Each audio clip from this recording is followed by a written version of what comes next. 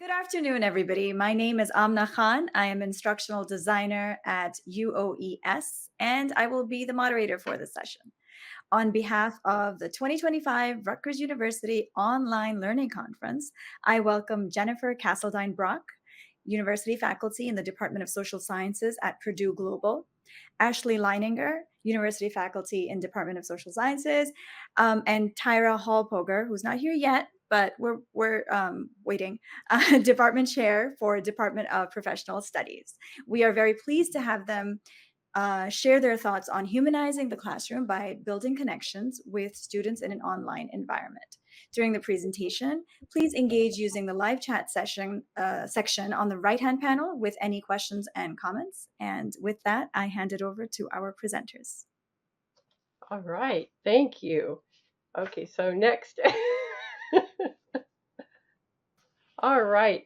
So I've been reading a book called Generous Thinking, and you can see the quote on the screen, but it's a quote near the end of Kathleen Fitzpatrick's book, Generous Thinking, A Radical Approach to Saving the University. So the quote for me serves as a springboard for thinking through concrete examples of ways we can work to engage with students, colleagues, and our communities in ways that align with this mission. So the quote, this is, you can see it, but I'll read it. This is generous thinking, listening to one another, recognizing that we have as much to learn as we do teach, finding ways to use our collective knowledge for the public good. From the broadest rethinking of our political and institutional landscape to developing new ways to working in public, to sharing our ways of reading, which she writes about, to focusing on the most intimate practice of listening at each level. We must be connected to, fully part of the world around us. And the university has the potential to model a more generous public sphere, but only if each of us, and everyone who cares about the future of higher education, takes up the charge. So this is kind of my guiding light for my part of the presentation.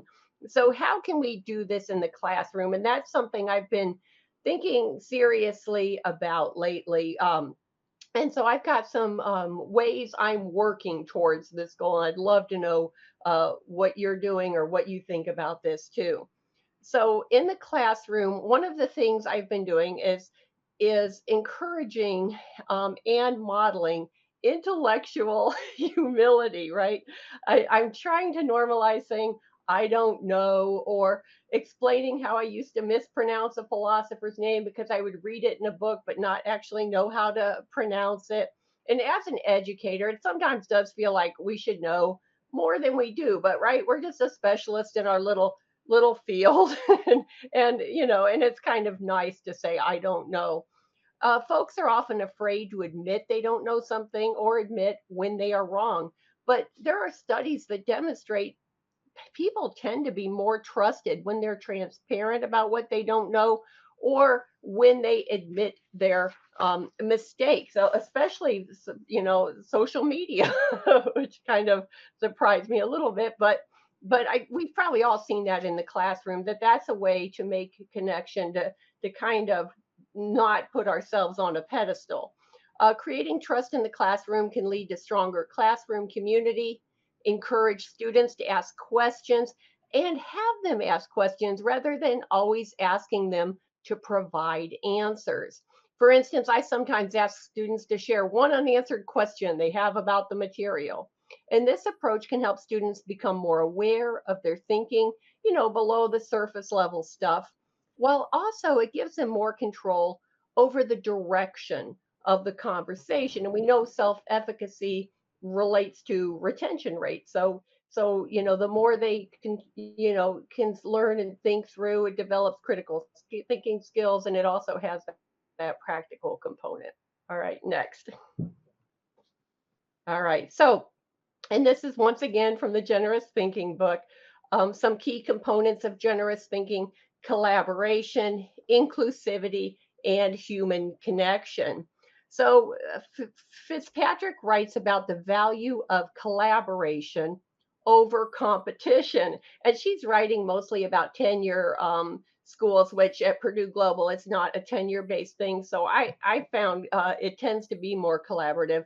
But this idea that competition, we're really not working together, we're really not hearing each other. We may not There may not be as many rewards for engaging in the community and that sort of thing. And so that's where she's thinking about changing it.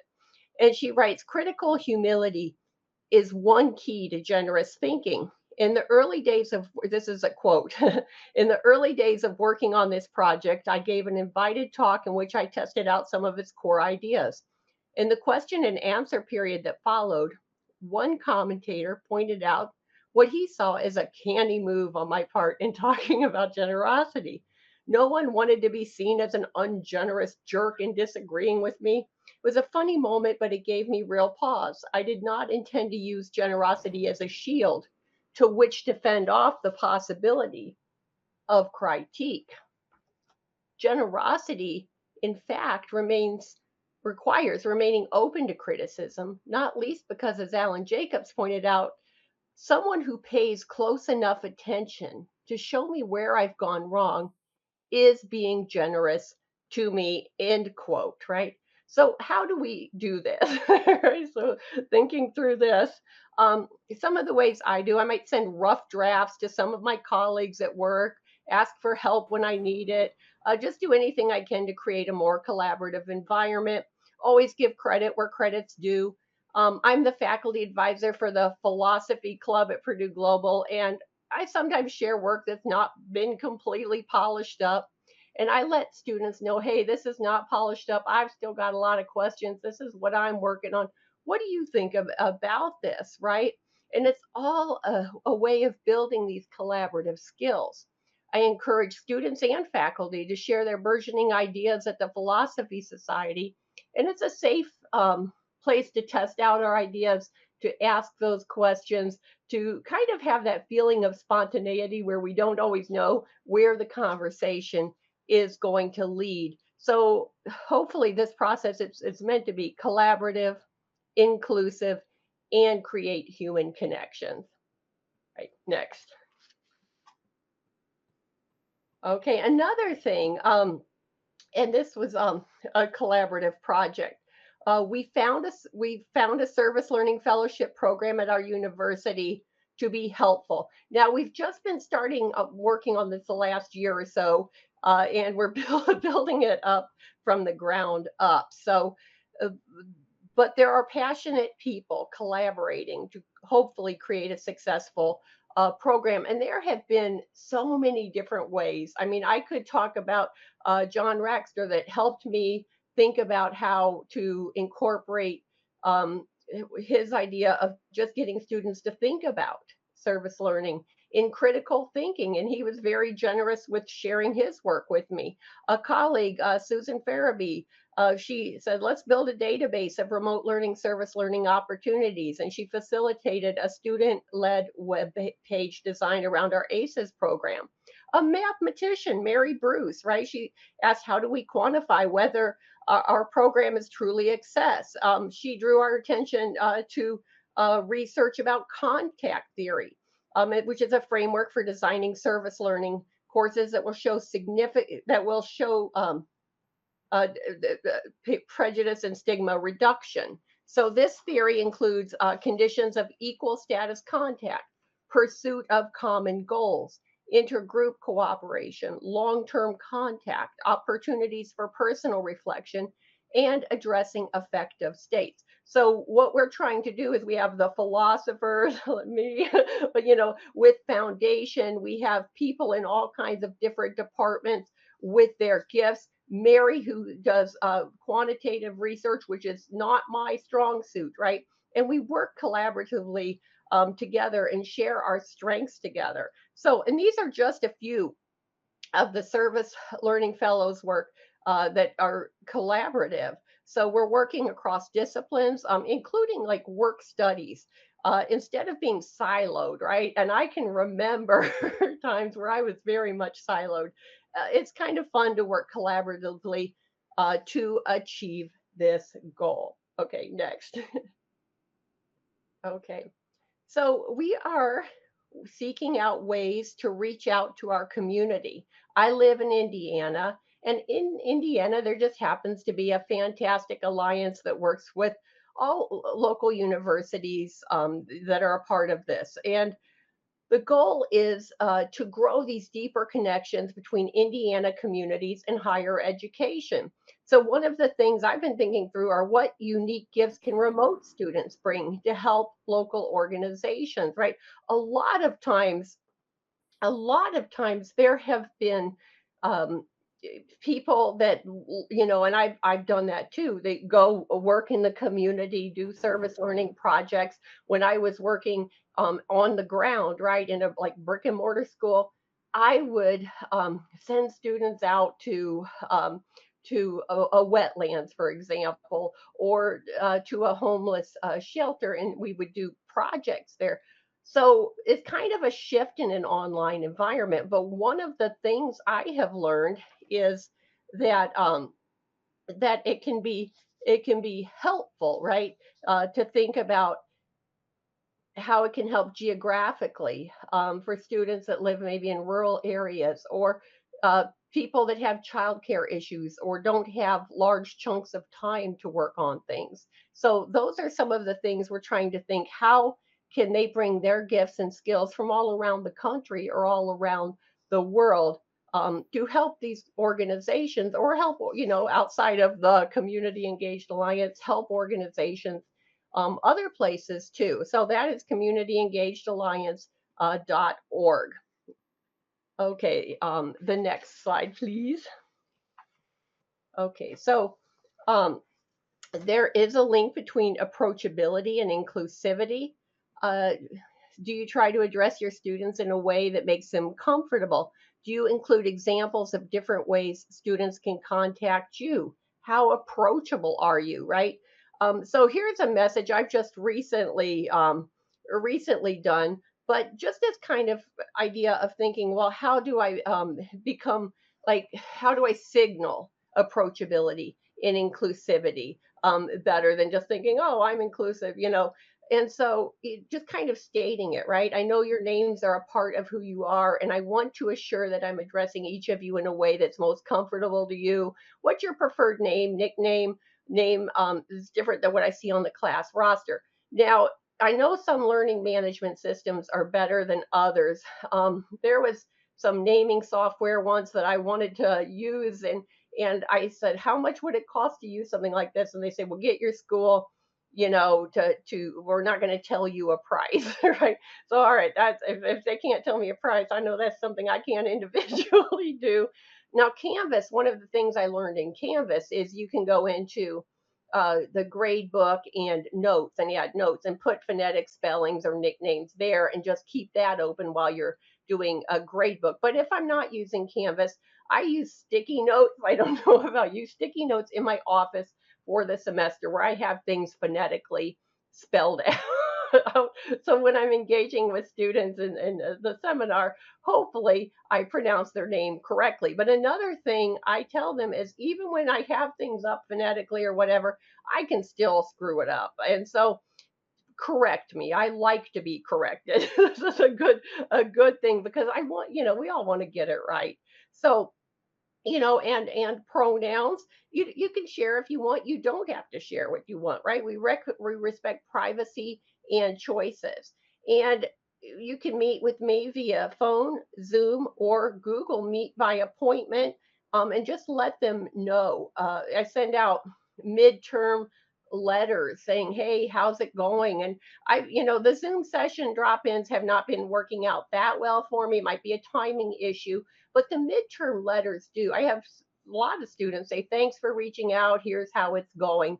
So anything we can do um, to really address inclusivity, that is part of generous thinking as well. Well, let me see one moment. Yeah. So okay, next slide, please. And so now we're down to the importance of human connection. And for me, it's got to be authentic, right? It can't be just phoning it in.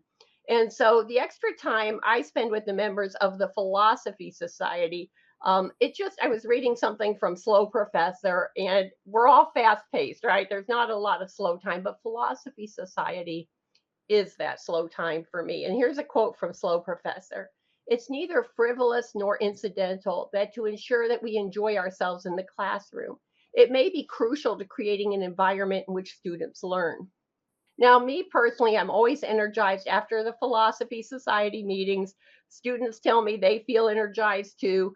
The last meeting we had was supposed to be an hour. I think it went an hour and a half, and I just let everybody go. Um, but right, that's an energizing thing when a seminar goes past the deadline.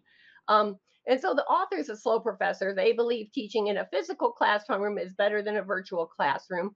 But I'm always mindful of how many students tell me, "Hey, Jennifer, I wouldn't even be in school if there wasn't an online classroom." So if that's the case, okay, what are ways we can provide as many opportunities to our amazing online students that are juggling work, family, school, all kinds of things all the time?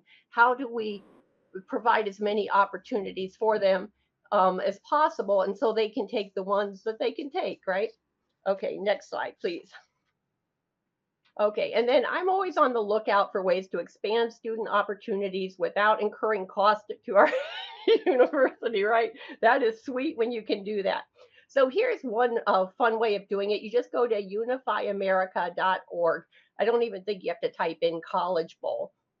And I found out this through a deliberative democracy retreat. It's an organization that works to bring students together to discuss, quote, conversations against differences.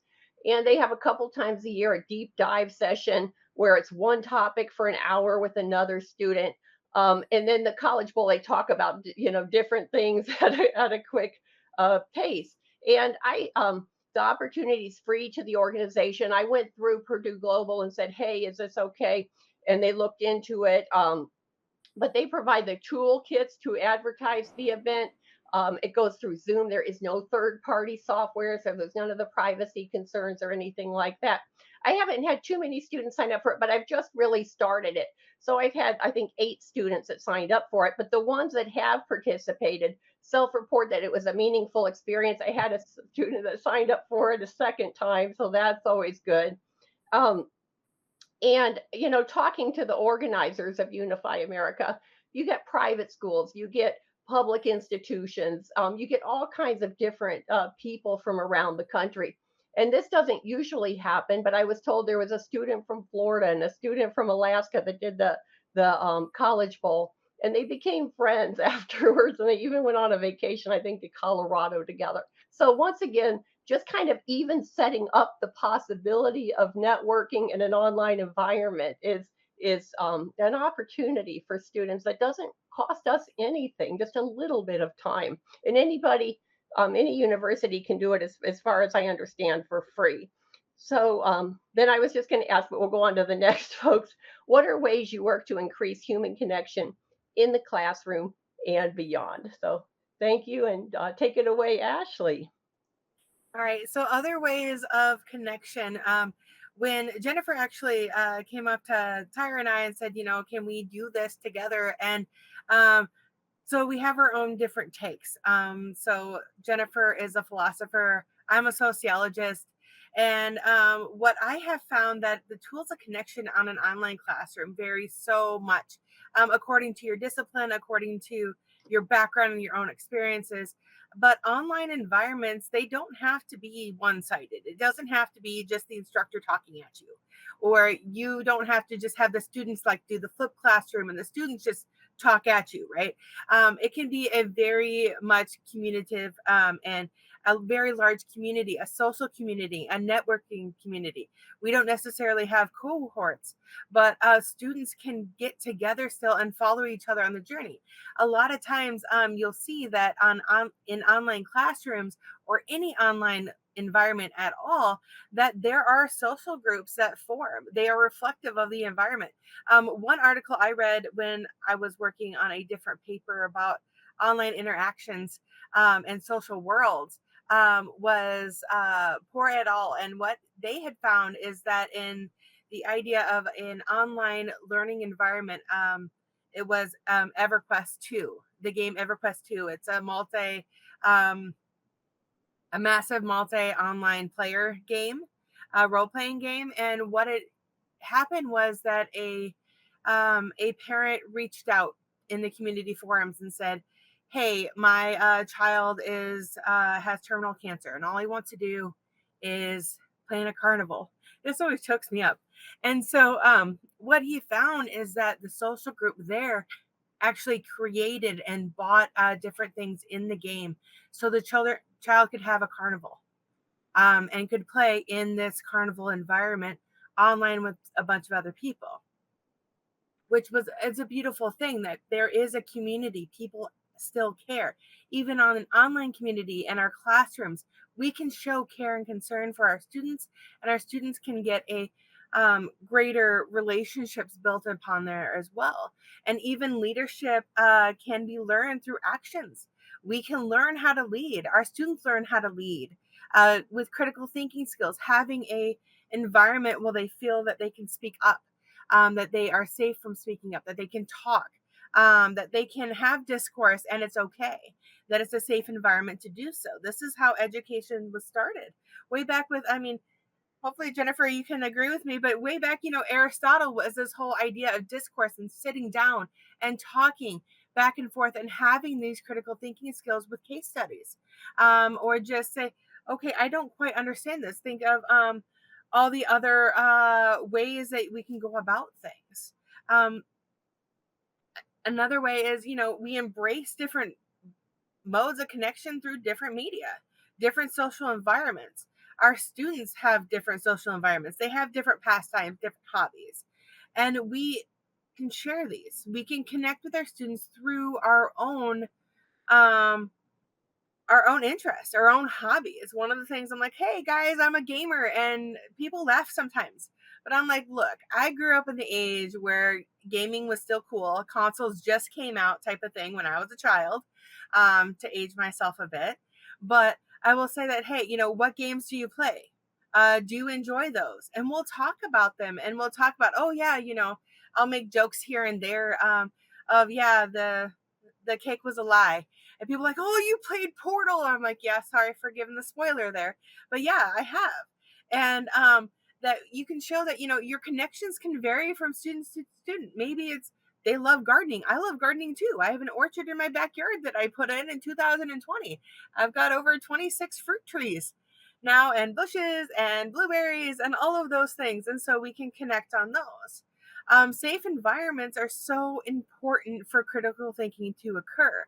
Who wants to speak up and say something if they feel like they're going to be ridiculed or they're going to be treated poorly for their ideas and their opinions?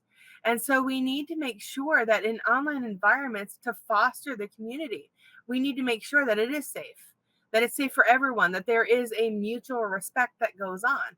I tell my students all the time, when any term starts in every seminar, I'm like, okay, this might be a hot topic today. So just look at it as everybody's coming from a good place. If they say something that might offend you, don't take it personally. Find out more. Ask questions. Help them think differently. And not just say, you must think this way. This is the way it is. It's more of a, oh, why do you think this? Well, have you ever thought of X, Y, and Z? How does this affect all these other things in your life, type of thing? And the students have been very receptive to that. And just to show that, look, we are all human, we all make mistakes. And as Jennifer pointed out, it's good to be able to say, I don't know. And if I don't know something, I'll say, I don't know, and go, here, maybe I can get you some resources that might be able to answer that question better than I can. There are courses that we teach and subjects that we teach that we might not be 100% in. I'm not 100% into public policy and civic engagement. I'm very much have a very strong background in civic engagement, but not necessarily public policy. And so when there's questions that come up of certain bills that go through and how it happens, I'm like, I'll let you know. I'll think about it. I'll let you know. My background is in sociology of religion, attitudes, and morality. And so that's my strong suit. And in sociology. And so there are going to be questions that come up that you just don't know, that you're not the expert in. But that's also where you can reach out and ask for help, or ask a student, say, hey, I'm not quite sure of this. What do you think? I know that you have talked about this topic before. What are your thoughts on this? And engage them within the classroom that way. We need open forums in order to protect ideas, or the creativity of ideas as well. And so we can do this through connecting with our students. Adding the personal touches. Okay. To connect with your student, add personal touches within your seminar. Add them within how you talk about things, how you act in discussion posts. Add some photos. Add personality. I get pretty excited about things that I talk about, and so I am very usually very excited about it. Very animated. I talk with my hands a lot, and my students really like that personality, because when it shows through how excited you are about the topic, how it shows how excited you are to learn from them as they are from you, it makes the information stick. It makes them recall it better and very fondly, right? Share hobbies with other students, share hobbies with each other. Maybe in seminar, hey, in the first 5 minutes, you can say, hey, let's talk about a hobby. What's your hobby? Oh, I like to read. What kind of books do you like to read? How about, is there any favorite ones? Can you have a suggestion of a good book? Um, and show interest in the individuals. Show interest in what they're saying. Show interest in what they're doing. Even if you don't understand, ask questions. Oh, that's really cool. You're part of the philosophy club, Jennifer. That's awesome. Um, what are some of the topics that you talk about? What are some of the discussion points that you talk about?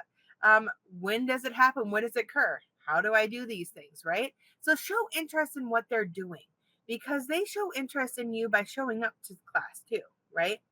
They show interest in the degree, but they show interest in learning. By just being there, they have shown a vested interest in their learning.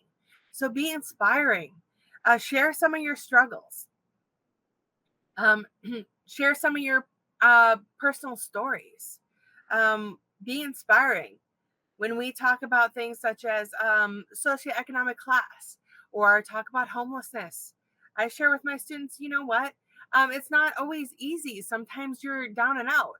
I lived on the streets from the time I was 16 until I was 18 years old, and I was able to find a place to live with my twin sister. So I've been there. I have been hungry. I know the junior bacon cheeseburger cost $1.04 in Iowa at the time, and I would have 2 of those a week with little creamers that they had for the coffee creamers.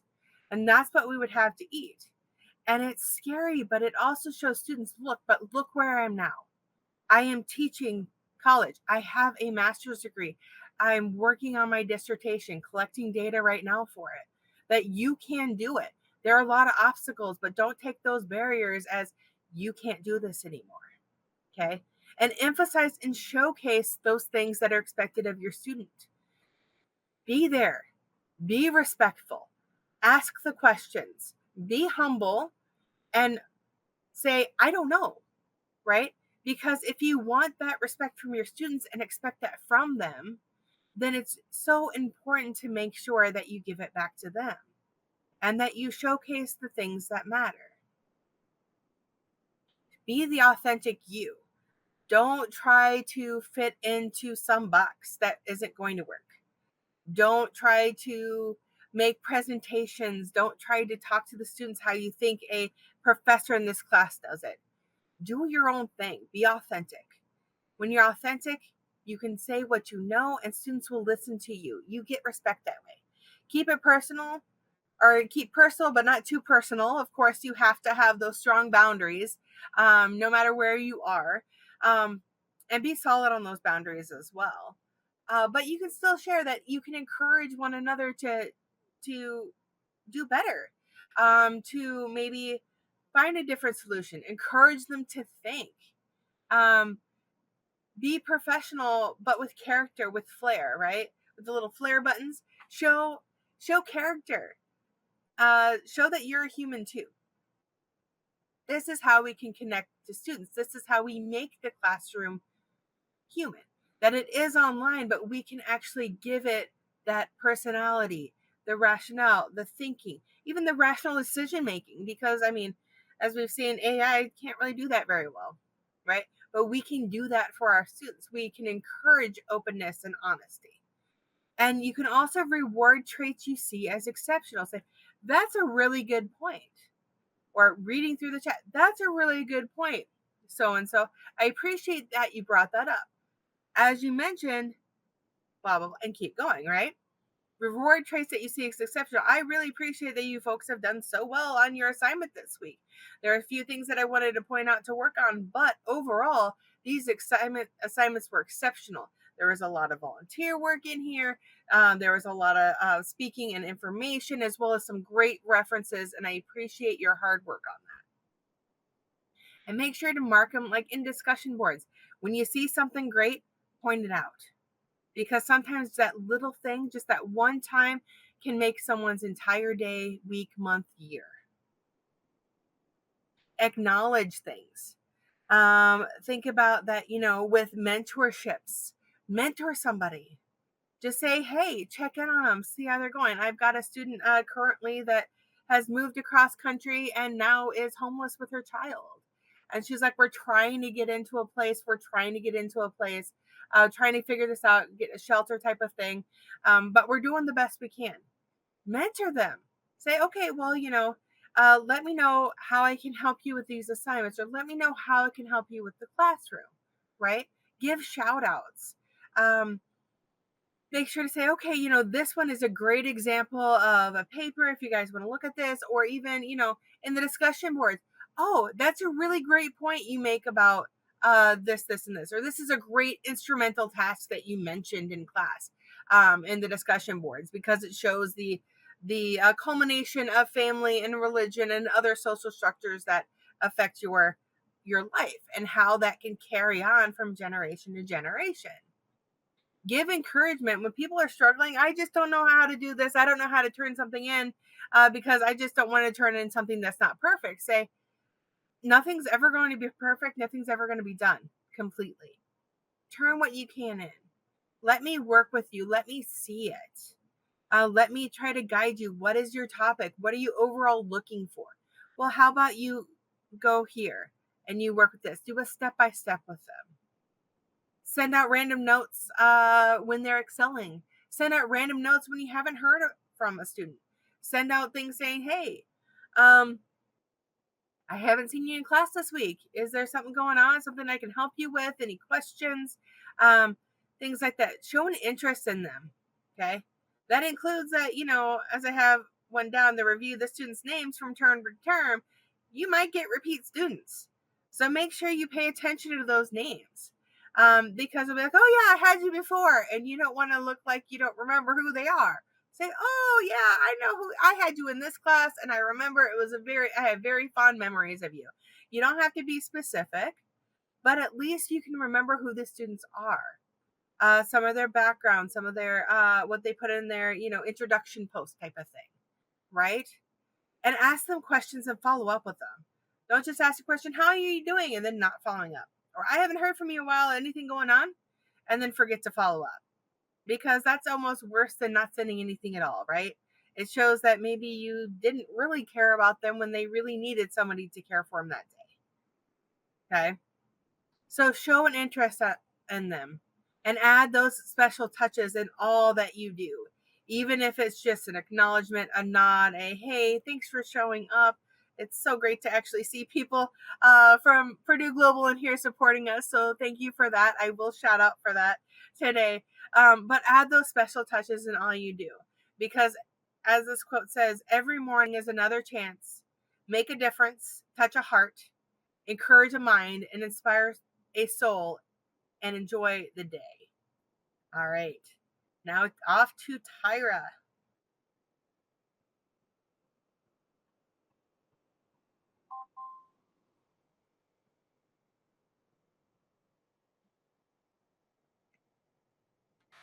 Sorry, great.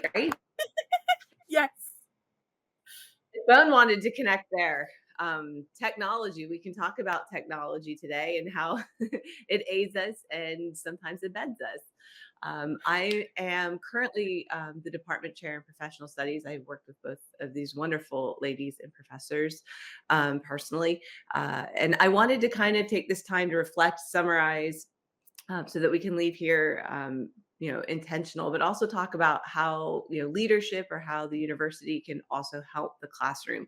I'm also a professor, and my favorite place is to be in the classroom.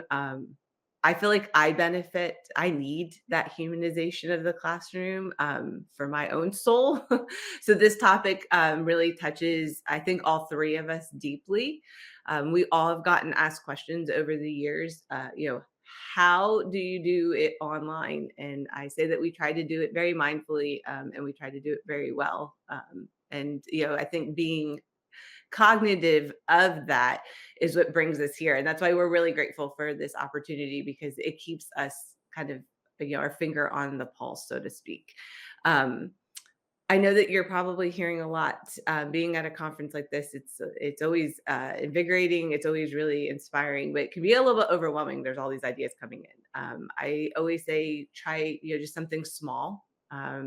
If a professor ever comes to me, whether in a mentoring, peer, leadership type situation, you know, just focus on one little thing. Grab one thing from this talk and see if that works in your classroom.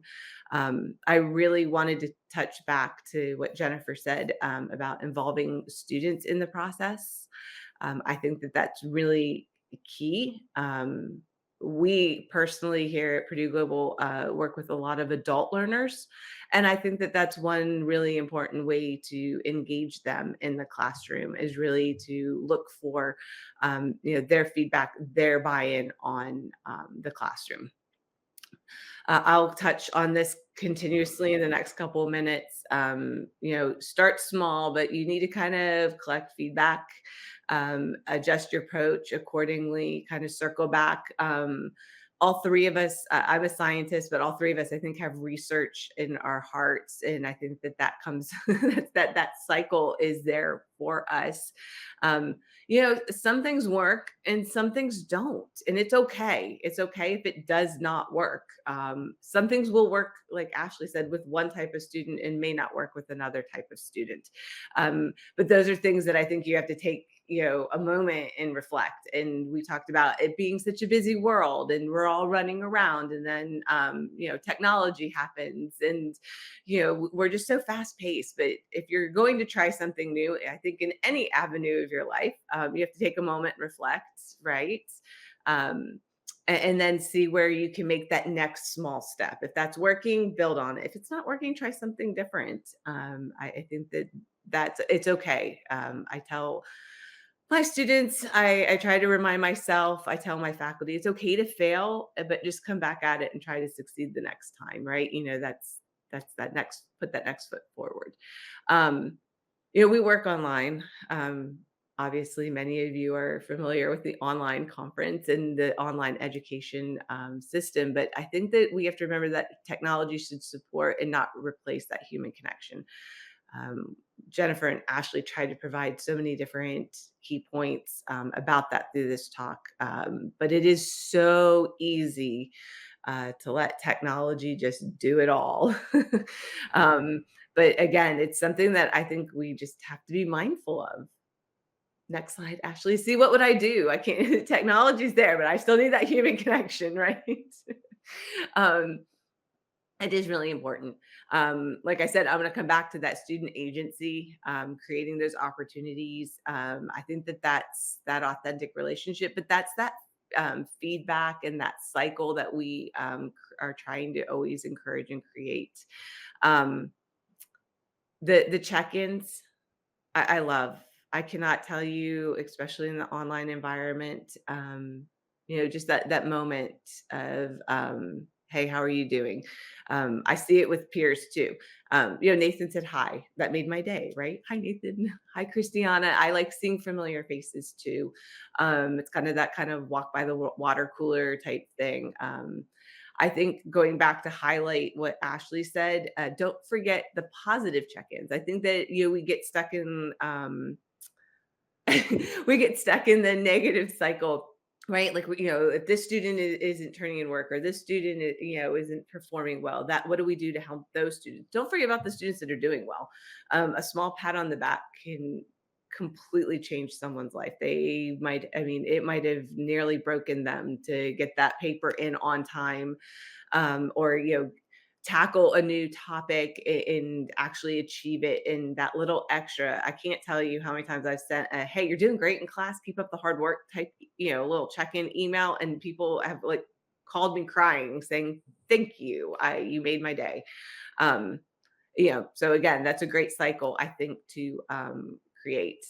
I hope that you appreciated how authentic Ashley and Jennifer are. They've always been two people that I have learned from and continue to learn from, because they are willing to be so open and honest and share their stories and communicate those experiences. As an instructor or as a teacher or as a professor, we're not just, these people delivering a fact. It comes with a story, hopefully. And that, I think, again, helps the students connect.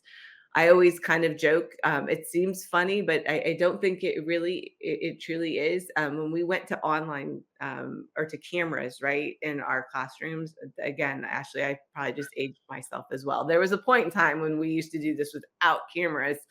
Um, they were like, I remember when leadership was telling me it's not that big of a deal. No one cares that you're in a little corner over there. And, my students, they would say, "Hey, I like the new hairstyle," or "You got highlights," or "Are you sick?" Because my nose is all snotty and runny and stuffy, right? I think that brings that authenticity to the classroom, right? It's the same as when I was, teaching in a traditional classroom. I remember being pregnant with my first child and telling, my students about it. And the one student raised her hand and she goes, "I'm really glad to hear that because I thought we were going to have to tell you were gaining weight." um, I was like, that is great. Great, great advice to know. But again, I think that's that connection that we need to remember and strive for. Those stories make us chuckle. Those stories are also what, students remember too. Next slide, Miss Ashley. Again, how do you do that? Ongoing practices. These are kind of those metrics that everyone talks about at the university. You can come up with your own action plan. You can implement your own types of assessment. Um, do your own classroom audit. Those are things that you can look at. You can also measure your own success. And look at both. I would encourage you both qualitative and quantitative. It's not just how many emails you send or how many students get an A. These stories that we hear, those positive interactions, those are qualitative indicators that I know as a leader I look for in my classrooms, and I look for my faculty to have in their classrooms too.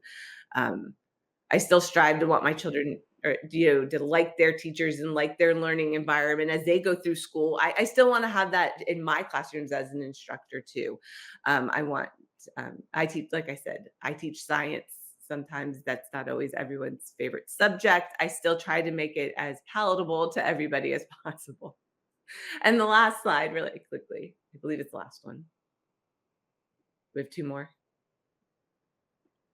really quickly, as we go through. Yep. Just really quickly, make sure that you're including everybody in your planning. Don't do, try not to do it in isolation. Please share, continue to share out. Celebrate your small successes as you go along. And then last slide, Ashley. Lean on your support systems in your individual universities, right? This is something that you can take from your classroom, and I can encourage you to build it out, right? There's pipelines, there's professional development that you can look for, continuing engagement. So please, if you find success, do build on that and share that out with others. Perfect. Thank you everyone for coming. We're here for questions for the last couple of minutes.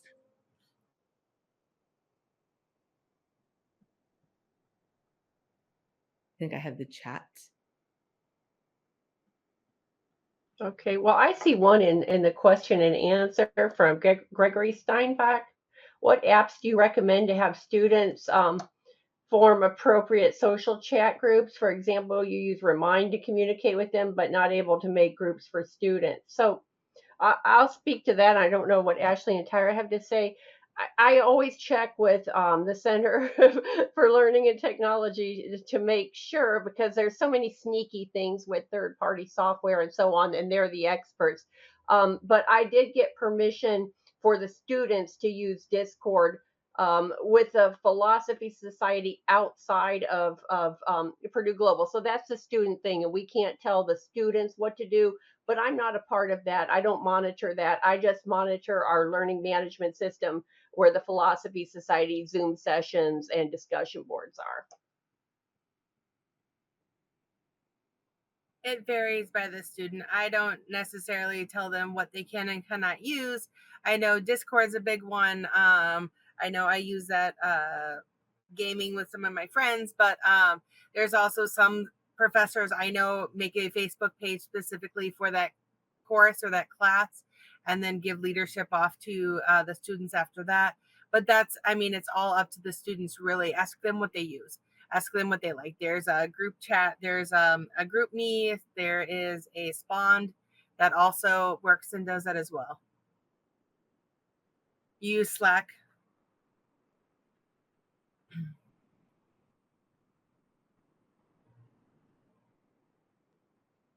And then we have Shane asking if he can have the PowerPoint. Ladies, I don't mind. If you don't mind, I don't mind sending it out. Okay.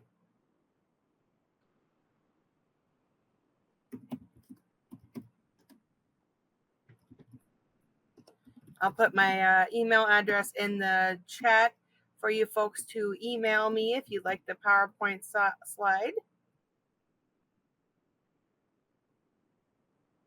And go from there. Oh no, it's fine. We don't mind sharing. It makes us human. It humanizes our classroom, right?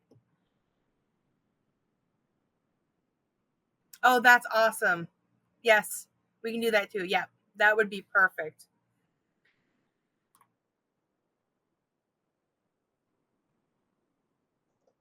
And Nathan asked, can Socrates still be my hero? He was mean, but with a big heart.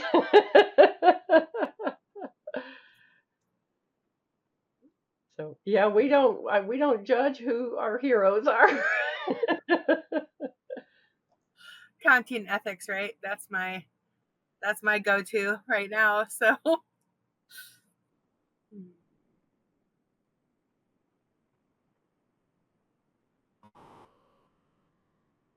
yes, I know. I know.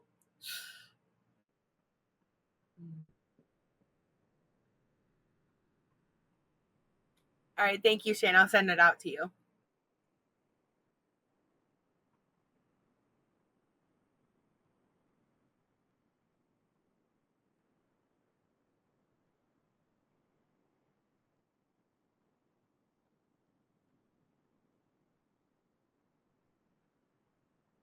He might have been Gordon Ramsay mean. I don't. You're the philosopher here, Jennifer. You help out here. I mean, yes, he was mean, but I mean, One of the things I like about philosophy is we all have our heroes or don't like any of them or whatever. And it's just everybody bringing, like, what do you really think? And what are your best reasons? And what are the best reasons you have for liking Socrates? Or why would somebody not like Socrates? And that goes back to, we all learn from each other through those kinds of conversations. And so I'd like to know, what is it you most like about Socrates? But then I'm engaging in the Socratic method a little bit. right?